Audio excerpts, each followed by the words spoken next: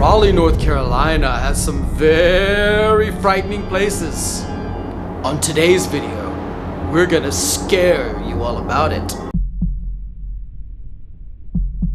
Hi, this is Chris Morton, real estate broker with eXp Realty in Raleigh, North Carolina, and today we're gonna talk about 8 of the most haunted, ghoulish, frightening places in Raleigh that you could go experience or that we've heard about. Some of these are urban legends. Some of these have been witnessed by people and have documented it. Some have been even investigated by paranormal experts who have confirmed, yes, there are ghosts around. And with that out of the way, let's get started with the first one. The Mordecai House. Built in 1785, the Mordecai House is well known for being a haunted place around Raleigh.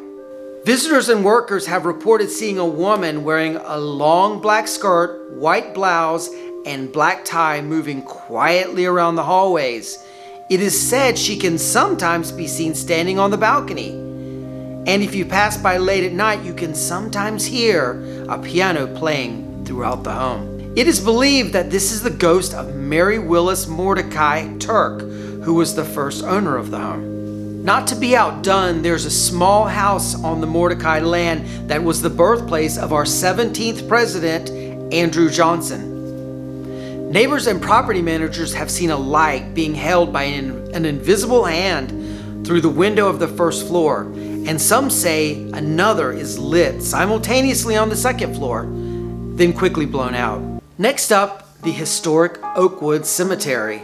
Inside the 150-year-old Historic Oakwood Cemetery in downtown Raleigh lies the grave of Etta Rebecca White, who died in 1918 after being admitted to Dorothea Dix Hospital for the insane.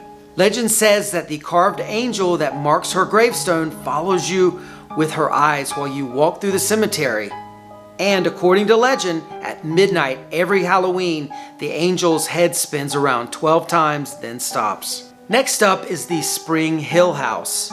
The oldest marked grave in Wake County is located on the grounds of the Spring Hill House, which is, for point of reference, inside of the NC State Centennial Campus land. The grave belongs to Theophilus Hunter Sr. and dates back to 1798. Historians believe there are very likely several other unmarked graves, possibly 26 in total, on the property as well. According to urban legend, something inside the house continues setting off motion detectors, even late at night when no one is around. Security guards have claimed to repeatedly go check on things only to find the home empty. The motion sensor on the stairwell seems to go off most often, almost as if someone is trying to walk down the stairs over and over. Some believe that this someone is the ghost of Theophilus himself, taking visits to and from the house from his nearby grave. Next up is the graveyard at Dorothea Dix Park. So Dorothea Dix Hospital was a hospital for the insane that operated between 1856 and 2012. At the cemetery near the abandoned hospital, some say they can still hear the screams of deceased patients at night. Next up, the North Carolina Governor's Mansion. So the North Carolina Governor's Mansion is also the site of some pretty scary, ghostly things going on. Legend has it that in the early 1970s, Governor Bob Scott replaced a large carved antique bed with a modern king-size bed. The carved bed had originally belonged to Governor Daniel Fowler, who was the first governor to live in the residence.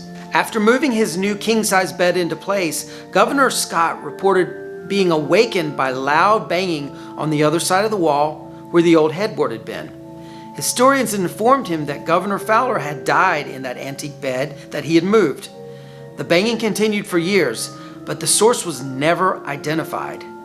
After Governor Scott left office, Governor Fowler's bed was returned to its original location, and you guessed it, the banging quickly stopped and has not returned since. Next up, let's talk about the Pine State Creamery. So the Pine State Creamery is located in downtown Raleigh's Glenwood South Entertainment District. At one point, this was a dairy processing plant. Later, it became a Mexican restaurant, and now it is a restaurant called Milk Bar. There have been many reports of paranormal activity from employees over the years, including banging on the walls, ghosts running through the space, laughing, and name-calling. Last year, paranormal investigators confirmed their suspicions, so now a sign warns patrons that the staff is not entirely responsible for the ghosts. Next up, let's talk about the White-HOLMAN House. Dating back to 1799, the White-HOLMAN House has become famous for a resident ghost. Locals and visitors have reported hearing this distinctive sound and rhythm of a pegged leg ghost walking up and down the back staircase of the house. Although the ghost's identity is not known, it is suspected to either be a Civil War soldier who died while the home was being used as a hospital, or possibly a kitchen servant.